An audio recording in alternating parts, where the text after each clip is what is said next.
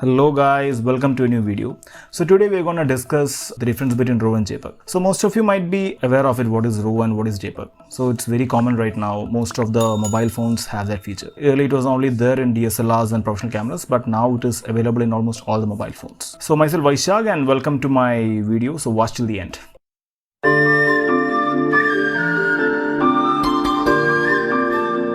So let's try to explain it with a real life example, so it will be easy for people to understand. So let's say I want to have a tea. So like I can either go to an expensive hotel or a normal hotel. What happens there is if I went to a normal hotel, I'll get a tea which is made by another person, a ready-made tea. Obviously, I can give some small customizations like light, strong, medium, or like black without. All this stuff I can control. So that's like JPEG, where you can make some minor adjustments. And on the other hand, if I go to an expensive hotel, they'll give you tea bag, hot water, sugar, milk, and you can just make it on your own. And obviously, you have to pay 5-6 times more than what you pay in the normal hotel.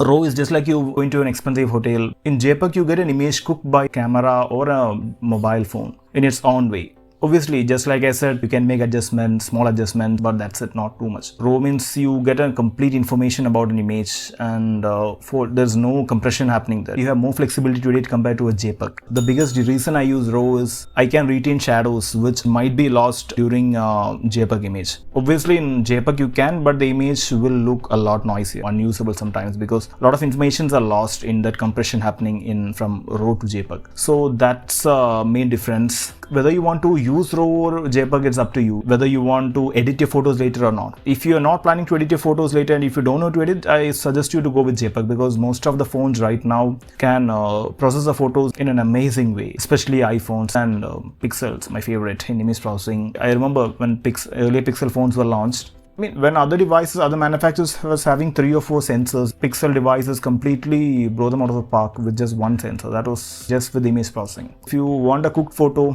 go with JPEG, and if you are a person who loves photography, who love to explore more possibilities of an image, or who loves editing and who want to edit their photos, then you can go for this RAW option. But keep in mind, if you want to directly upload a photo right away from a mobile, I don't think RAW is a good option because it takes a lot of effort and a lot of time to get a good image. Most of the time, you'll have to take photos in applications like Lightroom because the RAW image won't look good right out of the camera and it won't look pleasing. So you cannot upload directly to social media. So you'll have to make it. You'll have to just cook the photo to a proper, usable photo. So it will take some time, but you will get it exactly the way you want. It's not like somebody else is doing the job for you. And also, there's a downside for that. The RAW images consume a lot of space. It might take up around 5 to 6 times than a normal JPEG image. So shooting continuously in RAW is not a good idea. It eats up the storage a lot faster, like you can say 5 times faster than a normal photo, and it takes some time, additional 1 or 2 seconds depending on your mobile or the processor to take a RAW image because it need to capture all the details in the scene for you to edit later. You need to know how to edit photos, and obviously it's not a big thing. You can learn in YouTube how to edit photos. I wouldn't recommend editing JPEG, but if it's for a casual purpose, it's fine. Okay, if you're professional, most of the professionals use RAW images because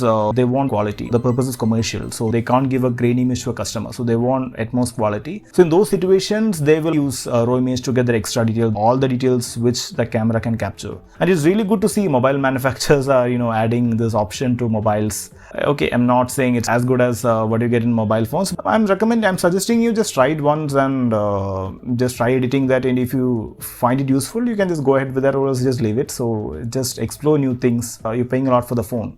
Right now, the most popular photo editing applications in mobile, that is Lightroom Mobile and Snapseed, both supports RAW images. If you don't have an expensive laptop, it's not a problem. You can use a mobile to edit that. It does it perfectly fine. Even RAW images from high expensive DSLRs can be edited in a mobile phone. So don't let that factor stop you from shooting RAW images. So that's it about the video, guys. If you want a detailed video regarding the editing part, you can just drop down in the comments. I'll do it. And I hope this video was useful, and please do hit like, subscribe, and drop down your comments if you have any. And until I see you in my next video,